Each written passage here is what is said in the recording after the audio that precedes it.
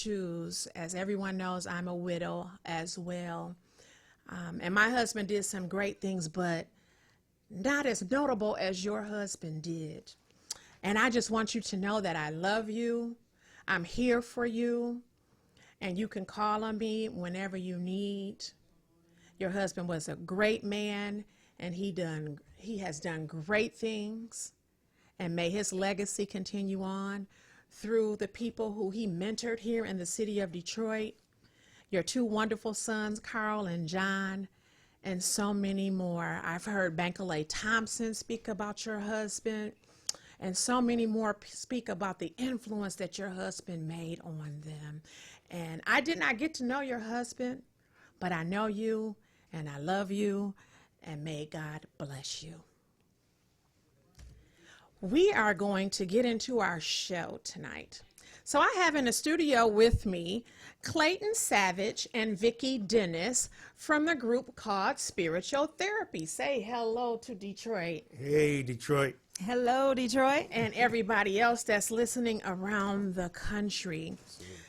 I'm so happy to have you in the studio tonight to talk about this. The first thing we're going to go into is the name, because spiritual wellness is so important to everyone. You know, it used to be medicinal things combined with spirituality, where people did that through prayer, whether it was through meditation or things of that nature. Now it has picked up a notch where music therapy is really becoming mainstream. There is a therapist that's in the same building I'm in at my office, and she's a music therapist, and she works at Children's Hospital. And she goes around, she's a trained classical pianist, but she has other instrumentation that she plays. And she goes around the hospital and she plays for the cancer patients and things of that nature. So when I heard spiritual therapy, I know a lot of thought had to go into that name. So how did you derive at the name spiritual therapy? Well, I don't know if this was considered as a lot, but I was driving and talking to the Lord, and I said I wanted to do something to, if you will, ease the pain. And I know music is a universal language, and it also soothes the soul. It speaks to a lot of people in different genres or what have you. Music speaks to you, so therefore it somehow massages you. So with that massage, if you will, that's the therapy. And so with that, we're also bringing on a spiritual form. So therefore, there's the spiritual therapy of it. Wonderful. And so Vicki is in the studio with us, and I know that she is a huge part of the group. So Vicki, what are the members' names of the group and their positions? What do they do? Okay, we have our core members. We have our songbird, Janetta Carr. She's actually a soprano and an alto lead vocalist. Myself, soprano lead. I actually wrote one of the songs on the CD. There's Joshua Davis, who is also alto and tenor. He also wrote a song for the CD. And then we have our core band members. We have Terrence Reed on keys. We have Ronald Stacy Hill, our drummer, and then Clayton Savage on bass. Great. So Clayton, tell me the moment that you thought about going into gospel music. Was that another spiritual epiphany for you? Because there were so many other genres that you could have picked. What made you decide to pick gospel? Well, first and foremost, I grew up in church. My grandfather was a bishop, and he played lead guitar. My aunt played organ, and then we had a few evangelists and everything like that. And so therefore, there was nothing but, if you will, spiritual things going on. And I picked up the bass guitar, if you will, at a late age, because I started playing the piano. And when I started to play the piano, I really wasn't, I wasn't feeling it. And then I got with the bass guitar, and I took that on at the age of 15. So I put the guitar down at the age of 19 to work and take care of family and what have you. And I promised the Lord, I said, I know you have something for me. So if you allow me to live Oh, wow. long enough to actually come back to you, I will praise your name. And so I went through several groups playing for them, and I can see all the talent, but they weren't applying themselves. And I would always complain to the Lord, and he would tell me, I would hear his voice saying, you do it. And I would constantly say, no, I don't want to be the leader. I want to actually just sit in and just play. That's all. And the third time I asked him, I guess third time is the charm. The third time I asked him, Lord, I said, we can do better than this. He said, you do it. And then he told me what to do and how to do it and who to take with me. And from that point on, it's been spiritual therapy at its highest. Absolutely. Wow. Okay, that's cool. I've had some revelations, but at 15, I can't say I had anyone except for when I drank too much, and I told him if I get my head out the toilet, I won't put it back in there no more. So praise the Lord for you and your direction about where you wanted to go at 15. Right. So, what would your dream collaboration be? Like you said, you picked up the bass guitar at 15, and you had a spiritual revelation or epiphany or whatever, and you grew up in the church. So growing up in the church, did you have anyone like a James Cleveland or anyone that you could say inspired you in the way that you play and the way that you write your music? Well, in all honesty, no. If you knew the way our church praised, I mean, it was always high praise. The way we came in, and when I say high praise, the music was off the chain. My aunt complained. What denomination? It was called spiritual. Okay. Okay, spiritual. Okay. And they call it something else nowadays. I don't know what it is, but nonetheless, it was called spiritual. And matter of fact, the name of the church was God's Great Spiritual Kingdom on Earth in Us.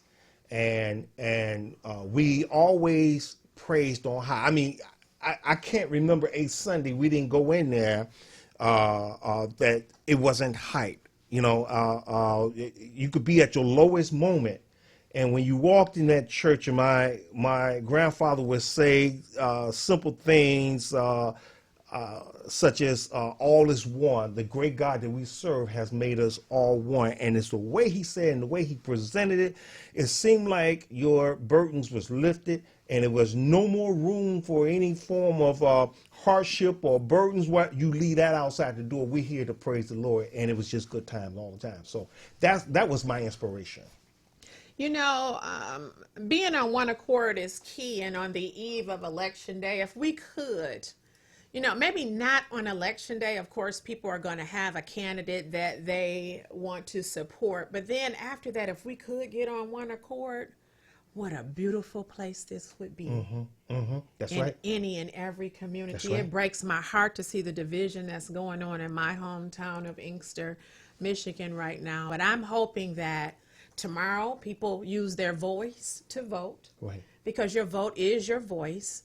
And then on Wednesday, we can become on one accord That's and right. moving forward. right. And that's just what I say about my hometown that I love. Right. Right. But I wish it for all over the world. Right. So being on one accord is cool. So based on what you told me, you really didn't have a lot of influence. It was just your calling. You moved along with the will of God for your life. Right. And you kept going. So in that regard, then, are there any collaborations? Like if you could collaborate with someone that's already in the industry, who would that be? Kirk Franklin.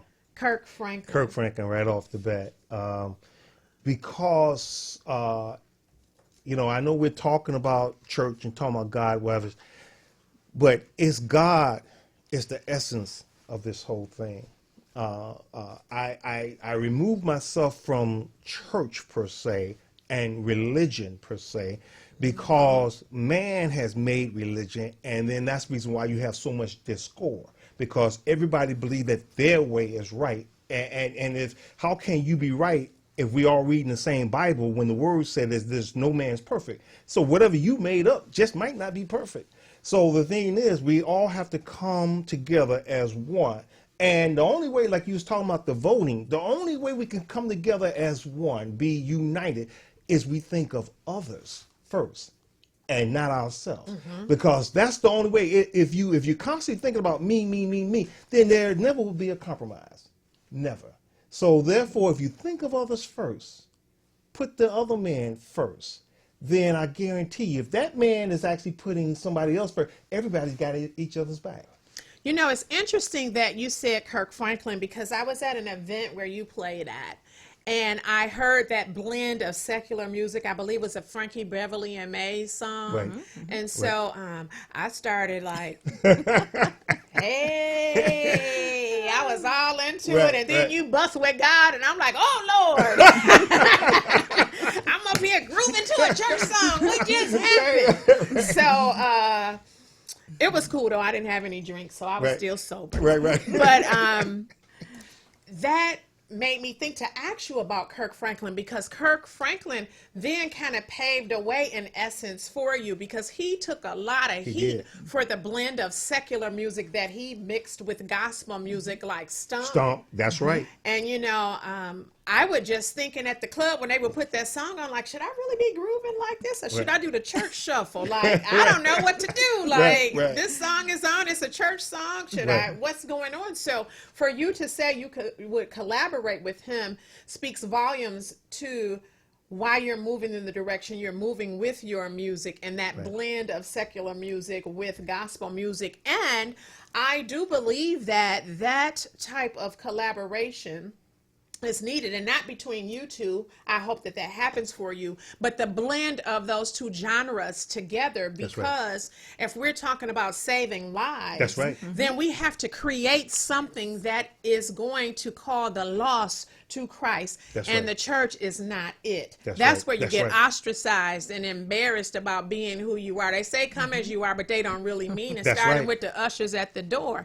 You know, they got something to say. The church fan has a dual purpose: for hot flashes and to whisper behind you if you don't look right. You look like you just got off the stripper pole coming into church.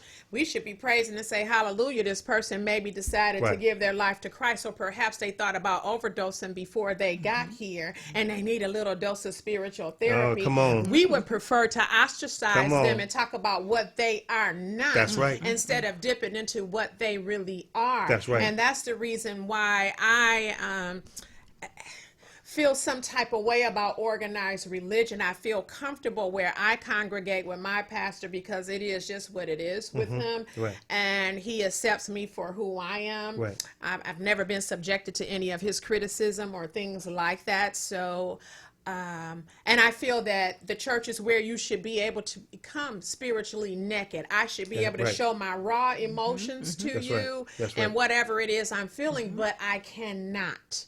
That's the place where you get shunned the most, because people don't know how to receive it. So let's get into a little bit of a break here, and we're going to go into one of spiritual therapy songs so I can get off my church ragging, because I see Ramey, and Gloria and Owen on here, and you know how I feel about the church ostracizing people, so I'll start going off in a minute. So we're just going to go for a break, and let's listen to a little bit of spiritual therapy, and we will be back.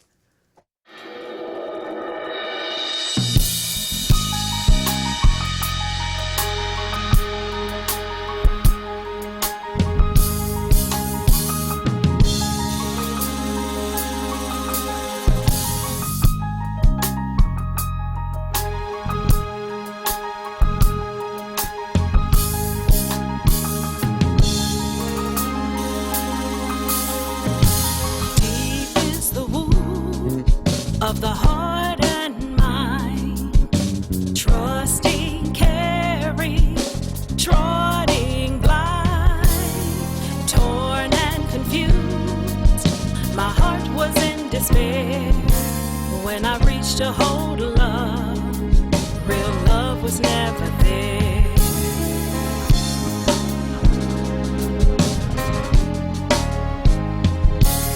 The spears they came lost hope, lost my dreams. I was nowhere to be found. My body was abused. I was left an empty shell. But Jesus came and redeemed me and made me whole again.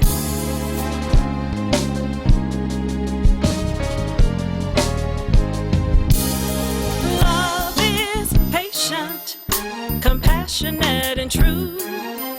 With arms open wide, God's there to love you.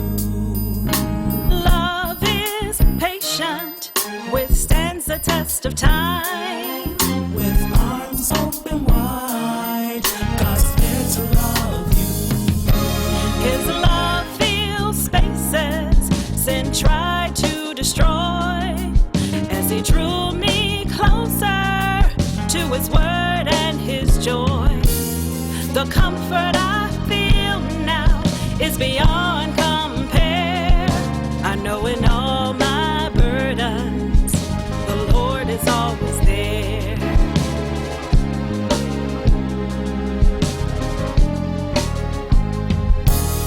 He never left me, his love I can feel. He said, no, I am God, now you be still. He molded, he shaped me, he formed my brand new life. No pain or sorrow, no misery or strife. Love is patient, compassionate and true. With arms open wide, God's there to love you. Love is patient, withstands the test of time. With arms open wide, God's there to love you. The gift that surpasses all understanding. Now my life has become more sustaining as I come to know him more and more each day. I get an overflowing blessing from the heavens above, because love is patient, compassionate and true. Withstands the test of time, God's there to love you. With arms open wide, with arms open wide, with arms open wide, with arms open wide, with arms open wide. I thank you, Lord, for loving me. Arms open wide, From sin and shame, you set me free. arms open wide, I know I can depend on you. arms open wide, You've proven that your love is true. arms open wide, I thank you for a brand new start. arms open wide. You changed my mind, you changed my heart. So we are back, and we are back with Clayton Savage and Vicki Dennis of Spiritual Therapy, and we just listened to Arms Open Wide. So, Vicki, how did that song come about? Well, I faced a few trials in my life, and one specifically was a divorce that I had gone through. And it was as I was exiting an abusive marriage. Oh, my. And after I was able to get away, I actually started writing, just writing poems. So that's what that song was at first. And I talked to one of my friends about it, and he said, you know, you should put some music behind that.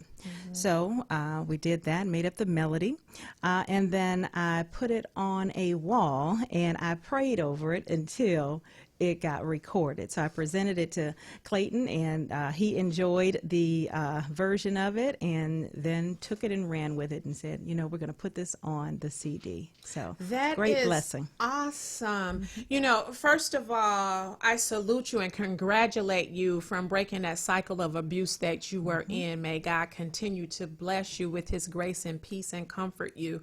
That is huge. And it also goes to show how therapeutic music really is, even from you, Vicki, as a writer, and then you laying the melody and down for the track. It was therapeutic. It helped heal you. Yes. You know, and the story behind that will help to heal others. That's right. You know, from their abuse. So I love that. How did the title of this CD come about? God's testimony. Actually, there were some ladies pressing me that used to come to our outings, events, concerts, whatever. And Elena, Toddy, and Sharon Appling, Reverend Sharon Appling, used to press me on doing a CD. And I was like, I'm not concerned or about that. So you were just playing and grooving. That's it. huh? That's You it. wasn't I trying wasn't to do- worried. No, I'm recording. Well, wasn't my thing. Just like I didn't want to be a leader of a group. I didn't want to do that. And they pressed me so hard with it. I said, okay, we're going to do it. And I started thinking about, once again, I'm talking to the Lord. What should I do with this and that? And as I'm thinking about the things that went through the Bible from Abraham, well, not from Adam, but from Abraham all the way down to Jesus. As I thought about those things that happened in the rise and fall of man, I said, well, that's actually God's testimony. Those type of things, or those people that he put into place, and the success of some and the failures of others. And I said, and that's the reason why Jesus had to end up coming in and actually being the Lamb of God. There was nothing else to slaughter after him. So with that being said, that was God's testimony. So that's how the CD came, or the title of the CD came about, because it's these things like Arms Open Wide. It's God's testimony because she's God's child. So therefore, the things that she went through and he delivered her from it, that's God's testimony. Great. And you know, I'm grateful for that deliverance. And you said that your bout with domestic violence was your inspiration behind the song. There are other songs on the CD though. So can you talk a little bit about some of the inspiration behind any of the other tracks? Did you write any others, Vicki? I did not. Josh Davis wrote one of the songs. Clayton wrote songs as well. And actually, there was another person that Clayton was in relationship with who left a song specifically for Clayton to produce on his deathbed. Wow. So that one really has a testimony there. Here I am again. Right. Because that's what we do. We go to the Lord, and it could be the same situation that we keep going to the Lord about. And we often say, here I am again, Lord. You're right. You know, can help me with this. You know, give me comfort in this. Here I am again. Well, as a matter of fact, this gentleman's name was Herb McToyer. And like Vicki was saying, he, as I would go to see him in the hospital or what have you, he said, Clayton, I don't have long. And he said, I want you to hear this song, something I wrote. And he says, more so a folk song. He said, but I love what spiritual therapy do and how they transpose music. He said, take this and do what spiritual therapy do. He said, you don't copy me at all. He said, do what spiritual therapy do. So here I am again. That's how that came about. And basically, if you will, the irony of that is when you're on your deathbed, you're actually saying, here I am again, because as far as what we know of, we're going to see Jesus. If you have confessed and did things, those things, you haven't been perfect, and who's perfect? But as long as you're faithful, that's the key. Being perfect, that's out of the way. Just throw that away. There's no man perfect. But Herb did that, and when he gave that to us, whatever his name, it turned out to be a real nice song. I agree that honoring someone's wishes is the greatest honor that you could ever do. And for him to present that song to you on his deathbed and Yes, you ma'am. made that come to fruition, that's really cool. You know, what a great way to honor someone and continue that legacy. What is the biggest misconception about gospel music? For me, and I can start off, it's almost that faith without works thing.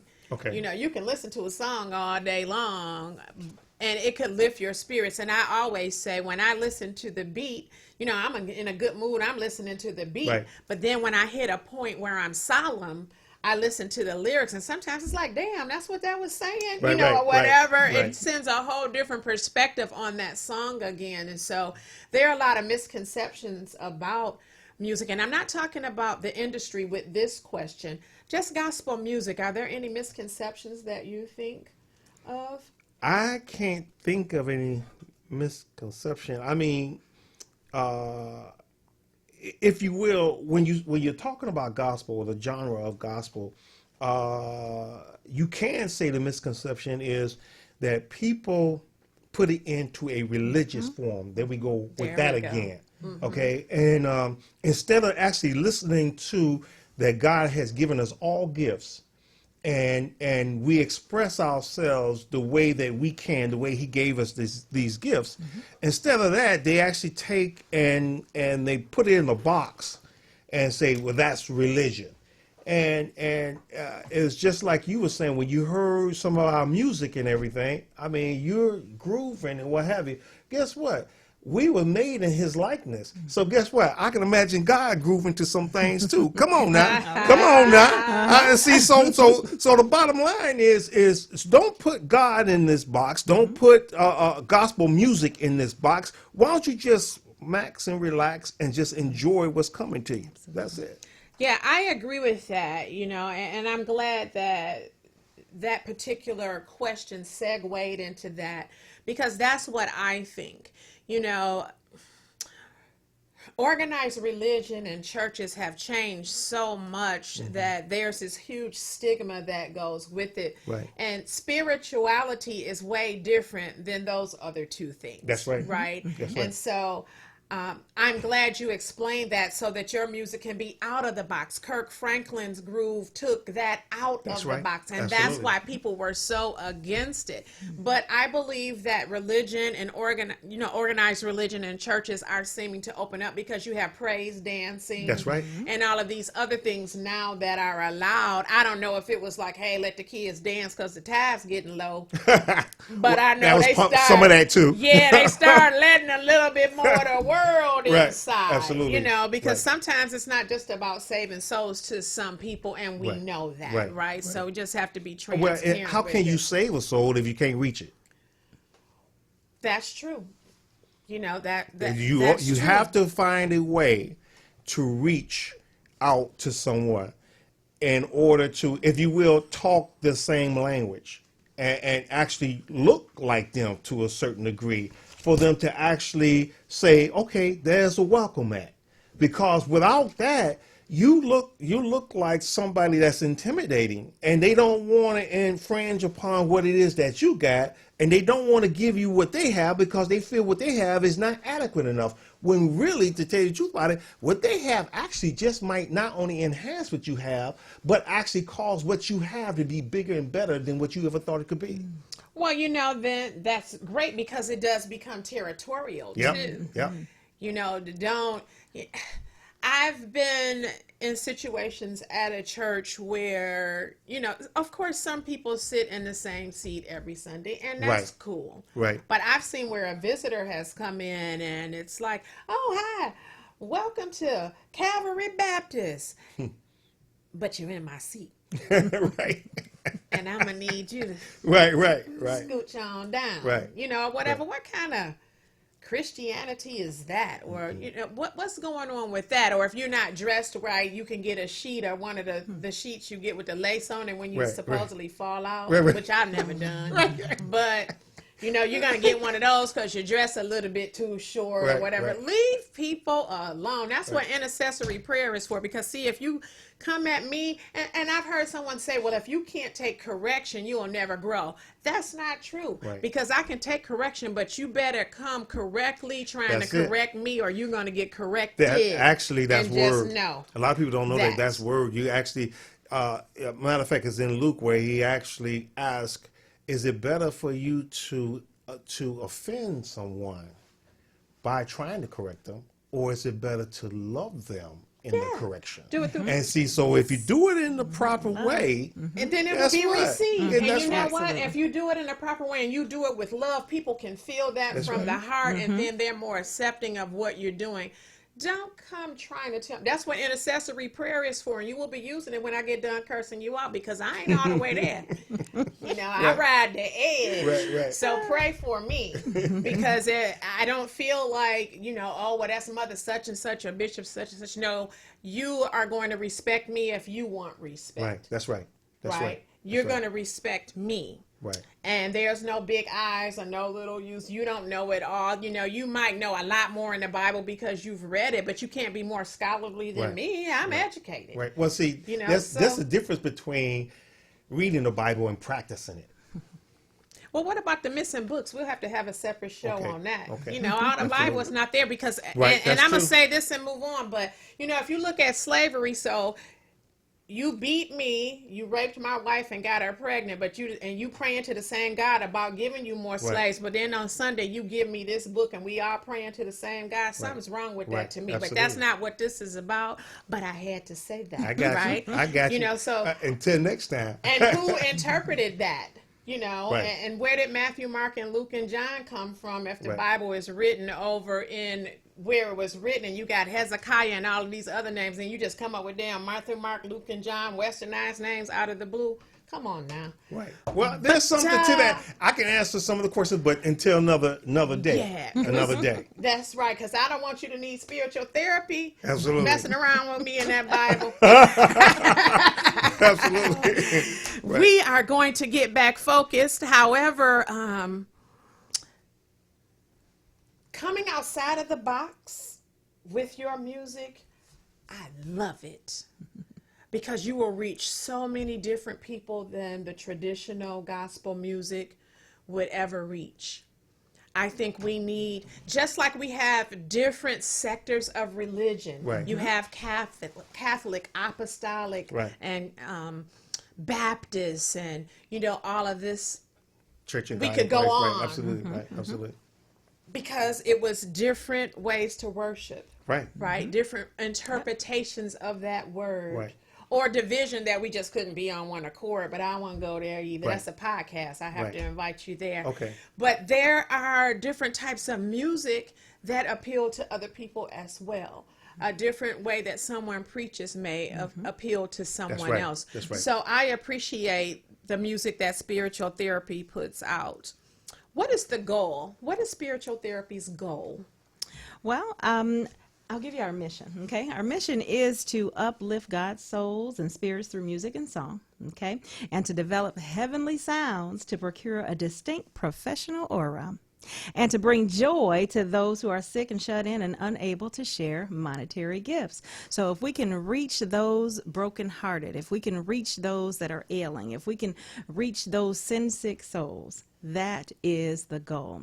And with every performance that we've done, when you look out and you see the emotion, when you see the hand clapping, when you see the praise, and even when you see the tears, okay, you know that you are giving some spiritual therapy. Absolutely. So we praise God Well, for... to add on to that, this this last concert that we had, October the 20th, we started a new something, which is to like a Uber or whatever its name. We're going to actually expand.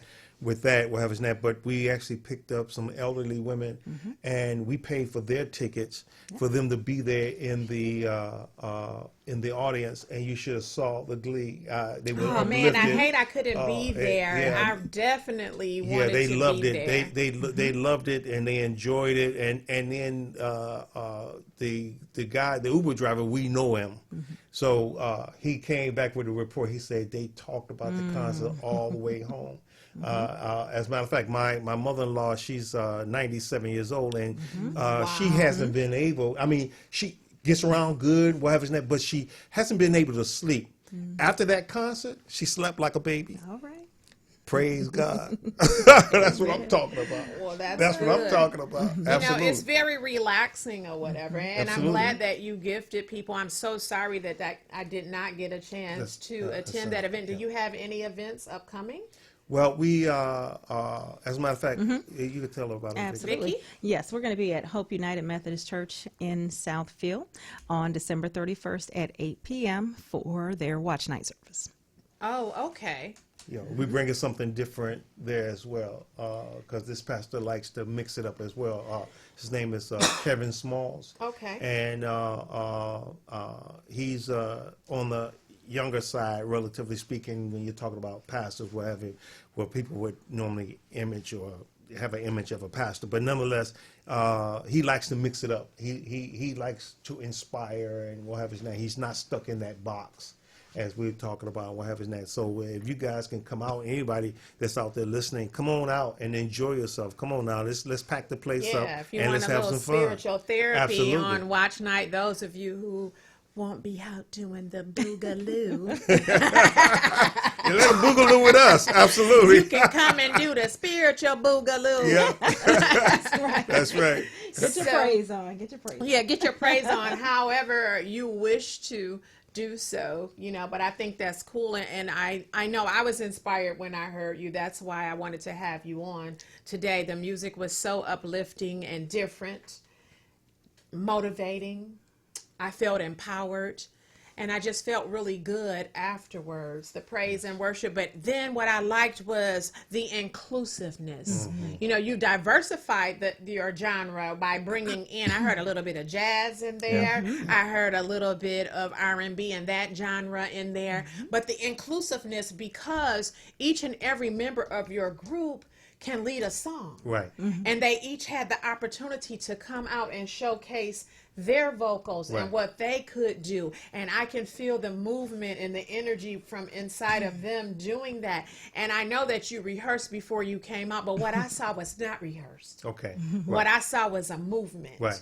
What I Right. saw was energy that was compelling That's and it. driving everybody else that was in the audience to get them on one accord, whatever that accord was. Right. Because you didn't even have to really believe in God to be moved Right. by the energy that was Absolutely. in the room, because everybody doesn't, and that's cool. That's right. Right? right. That's what I liked about it too. That's right. You know, that you weren't just beating in the head, you know, beating in someone's head as if you were coercing them to try Right. to, this music is going to make you do Right. this or that. Are you going to hell if you don't do Right, this or absolutely. that? That's It was right. just like, hey, it took me to a place of solitude where whatever I believe in, I could go there Right. and be in grace and peace. Right. And that's how I felt from the music. So speaking of the music, we are going to go to another track right now, and we will be right back.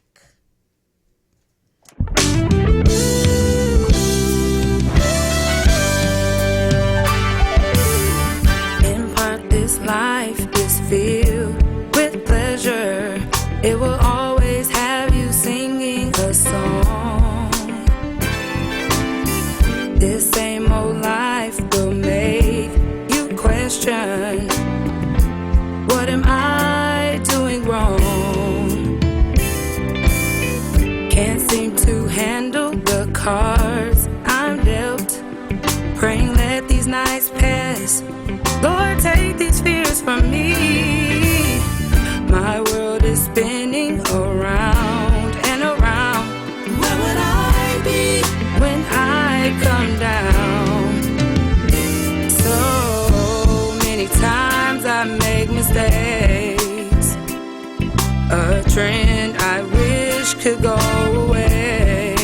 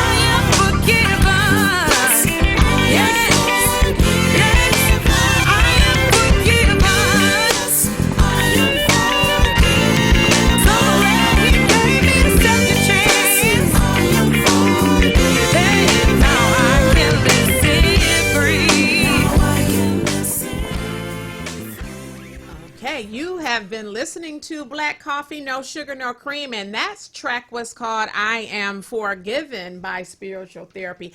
I believe that name sort of speaks for itself. For me, I know that I am, and I know that I've been set free, and I have the free will over my life. I see some characteristics of God within me. I think we all should, right? A lot of people say to me like, oh, well, you have prophecy in this. I don't get into any of that because I don't believe in it. Right.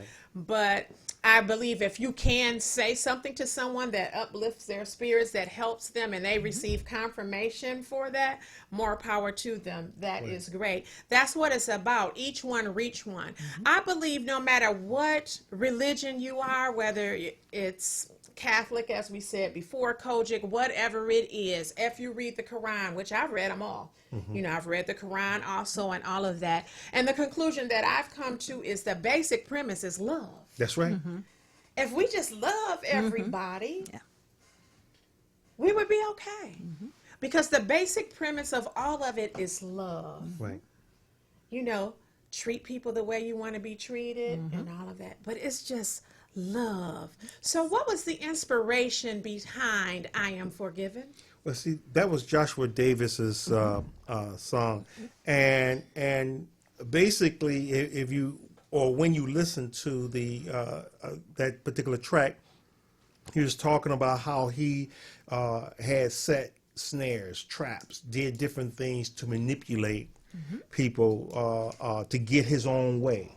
And at one point in time, things seems to be great and grand, and then other times his world is topsy-turvy, whatever it's not, and it's because he didn't have, if you will, like you said, for yourself, you know who you are, and you know what you're about, and so therefore you're free.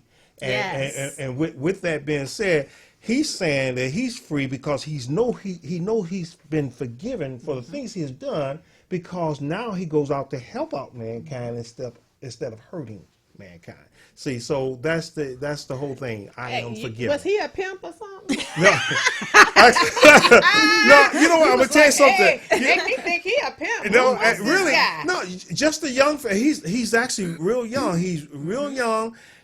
It's just you know how you could be selfish. Yes, you I know, understand that. and that's basically what it is. But you know, in all honesty, when he wrote it, and I actually co-wrote it because there was things I did and did the arrangements and everything. But my point is that when I read it, I got the same thing out of it that you just said. I said, Yeah, like he sounds I said, like he's too he a young to actually be a pimp. He ain't been. And his know. dad ain't go for anything like that. No, You know. So, no. but knowing Josh, the way that he is, a real kind person, but he can get in his own little selfish ways, and As we it all is all can. right, absolutely. And Yes, he we all did his can. due and whatever's that. So now he's realizing that those ways is not going to help out at all. So therefore, he know the Lord has forgiven him, and he's going to take advantage of it by helping others out.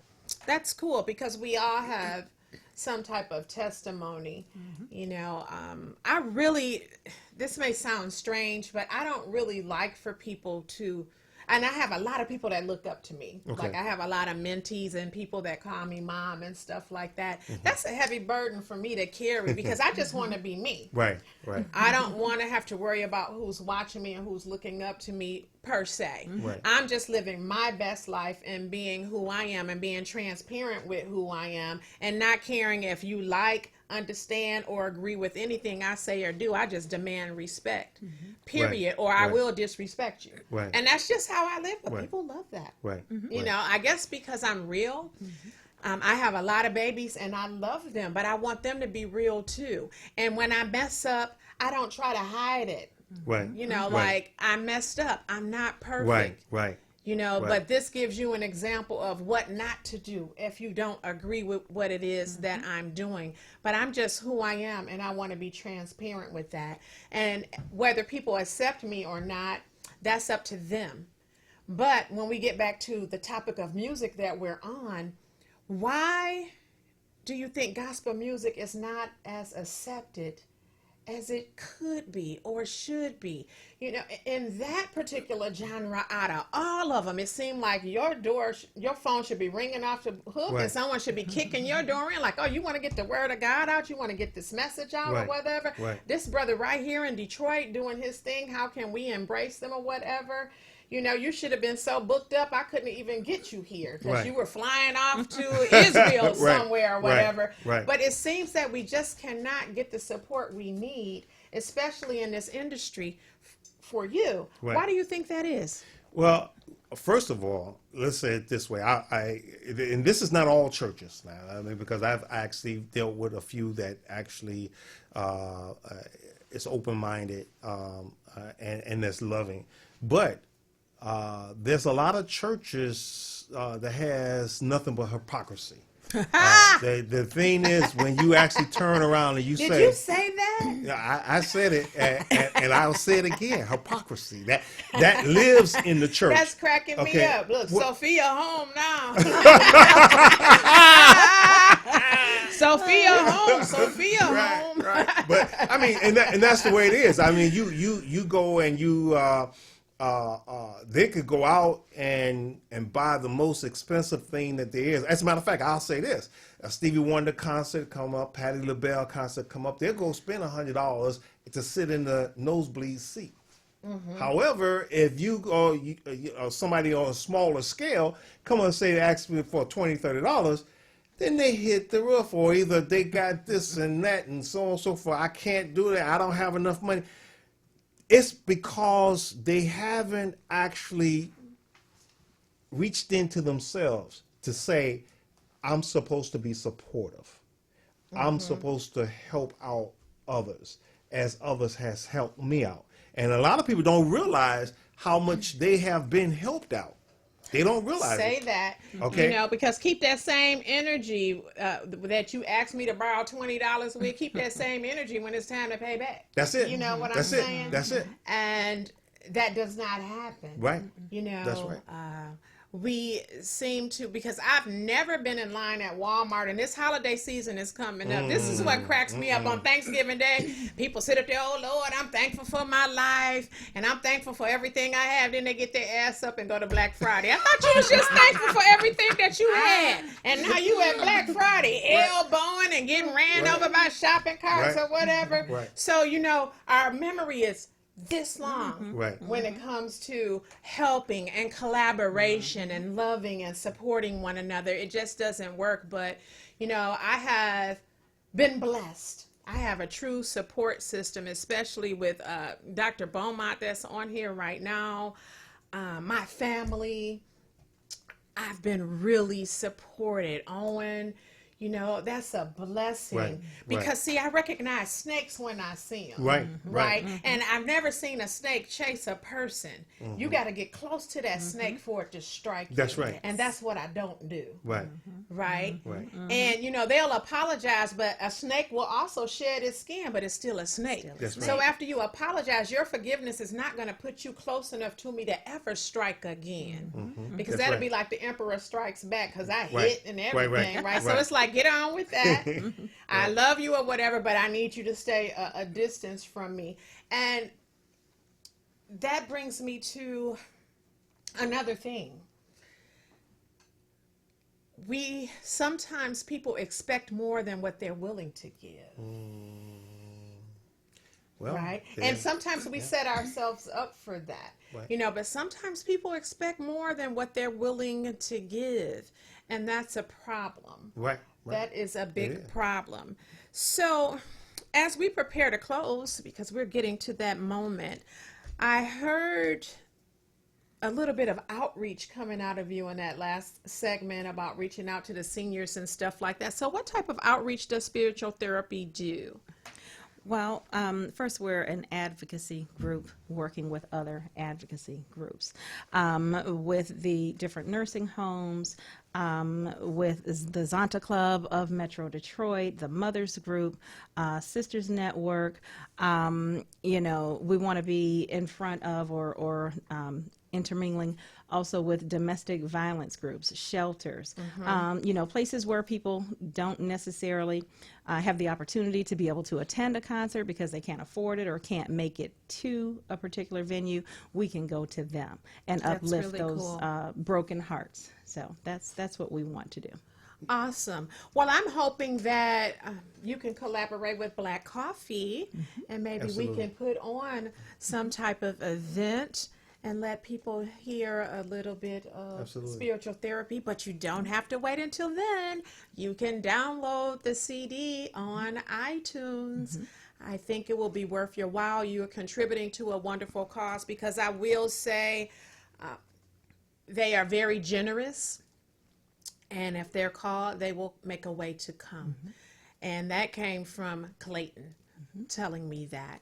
And so to go to the nursing home, that's a wonderful ministry because they cannot get out. And I remember That's when right. my grandmother was alive and I would go visit her at the nursing home, it would take me maybe 10 or 15 minutes before I would get up to her unit, and I would have food and everything for her. But some of those people were so lonely because they weren't getting Right. visitors. And I'm there at my grandmother's house all the time. They would stop and just talk and talk and talk to me. And I felt compelled to conversate with them because Right. I felt so bad, and I envisioned myself sitting there. I didn't bring any children into the world. I could be someone sitting in that chair. I Right. hope I die before that time. Right. But if I don't, I could be sitting there wishing that someone would come and see me. That's right. That's right. To speak to that, I found over the years that they call those people that don't have the visitors to come and see them, that don't have family to come and see them, they call them throwaways. They're in not the nursing throwaways. homes. That's what they say. Yeah. That is so horrible it for is. them to say. It is. Well, as we prepare to close, I want to thank you, Clayton and Vicki, for coming today and sharing what spiritual therapy is about. It's our pleasure. And I really, really hope you will come back again. Absolutely. Yes, for And sure. I think we can have a deeper conversation and go a little bit deeper into some of the things that I swept under the rug today. Absolutely. Absolutely. We can pull the rug back and look at it. I have a lot of conversations with my biological father, who is a pastor, and we go back and Right. forth. So I like to have those type of conversations because I think it is very helpful to strengthen. Maybe I changed my mind about some things at the, I won't say the argument, the discussion, because I will Right. not argue religion. It is what it Right. is. I'm going to believe what I believe, and I don't think anyone should argue it. But it's nothing wrong with agreeing to disagree after having a heartfelt conversation. Right. I want to thank you for being here today. Thank you. And you have been listening to Black Coffee, No Sugar, No Cream. And on this show, I don't try to spill the tea or make you feel dazed like you had a shot of cheap liquor. I just want you to see things from a different perspective. Mine. Have a great week, and we will see you next week. And we're out of here.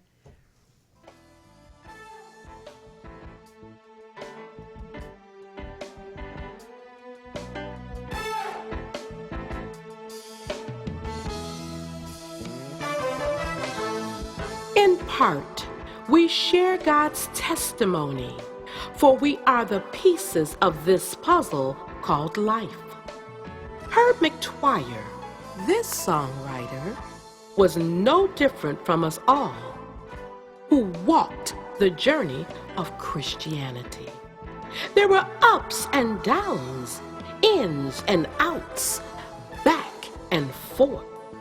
Hence, therefore, here I am again.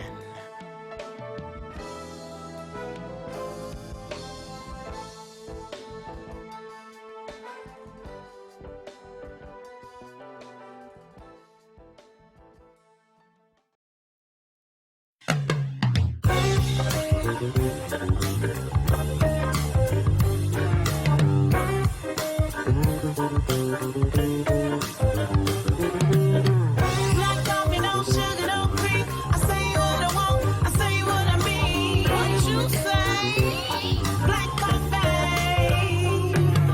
Black coffee, no sugar, no cream. I say what I want, I say what I mean. We're talking black coffee.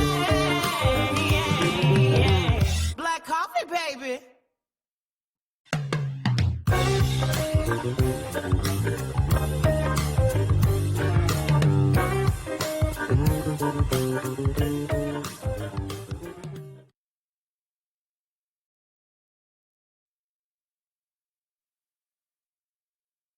You're watching WHPS, Highland Park, Detroit.